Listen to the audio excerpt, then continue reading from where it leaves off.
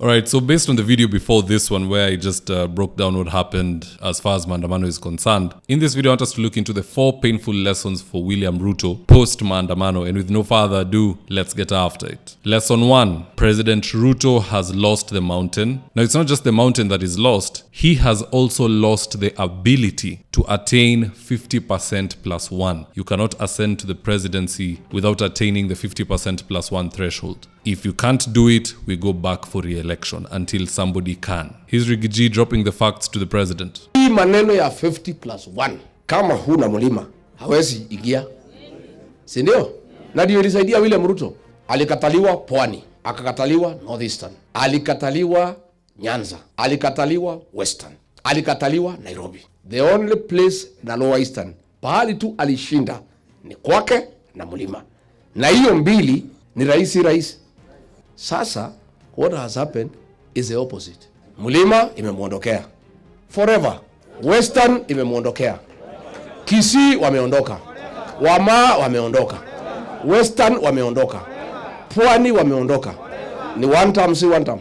So 50% plus 1, forget. On to lesson number 2 for President William Ruto post Maandamano. In the last event where people came out to protest the finance bill, the president came out with Raila Odinga to issue a presser, hoping that Raila Odinga's presence will be able to quell the ongoing protests and unrest in the country. Because as far as the president is concerned, the father of Maandamano is Raila Odinga. He's the one who can call out the masses. He's the one who can call them back also to retreat and return peace to the country. So the president thought by having Raila Odinga in his ranks, it's game over. He's going to have an easy time like Uhuru Kenyatta did. But that's not the case. These protests were organic. These protests took place without the influence of Raila Odinga or even his directive or blessing for that matter. So there will be no peace for those in power, provided they're going against the will of the people. The major lesson here is that power is with the people, it is not with Raila Odinga. Lesson number 3 for President William Ruto. The Kenyan youth are 100% not with him. You know, there's a difference. When we look at our elderly citizens, they complain about the president. When you look at the youth, they protest against the president. And we know that action speaks louder than words. You can definitely trust these youths, these Gen Zs,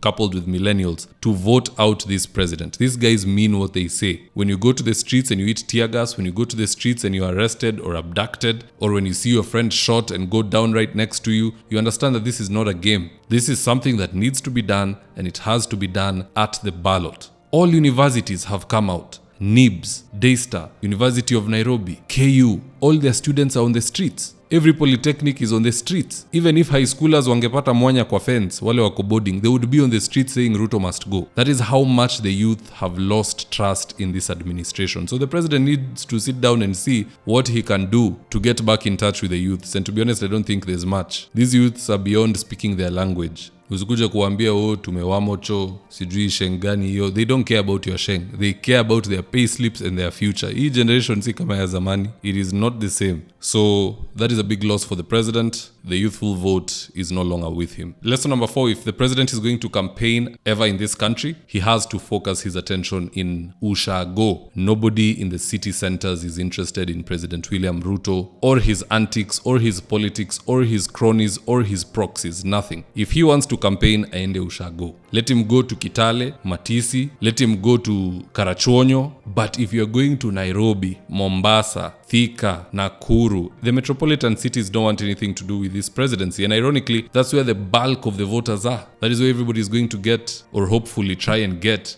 a better life for themselves, or a stable source of income, or a better tomorrow. And all these people are saying you must go. This was such a big rip-off. Losing the mountain in exchange of Nyanza, specifically Luo Nyanza, where there's 2 million votes, when you know very well you're a president who won by just 200,000 votes. That is the biggest colossal mistake that I have ever seen in politics. I can confidently say now that the only path to victory in 2027 for William Ruto will have to be through kupanga namna hii, after which you'll have to shoulder a storm of maandamano for a year if not longer. Sababu hii kikundi iko na stamina. Maandamano yao haiishi. They're like the Eliud Kipchoge of protests. Ukiiba kura ni maandamano from day one paka sijui lini. We might even end up with a North and South Kenya. So this easy kikundi ya kujaribu. Yule anashindwa ashindwe vizuri. Yule anashinda ashinde vizuri. The die is cast. There is no going back in this country. based on what I've seen today. But at the end of the day, guys, that's just my opinion. What say you? Do drop me your own comments in the comment section below, and I'll do my best to read them and to give you a response. And in the event you're here for the first time, please go on and hit the subscribe button. And if you're watching for a different platform, just head on over to YouTube, search for David Wafula. Hit the subscribe button. You're going to be getting a ton of content of this nature. If politics is something you're passionate about, this is definitely the one channel that you really need to subscribe to.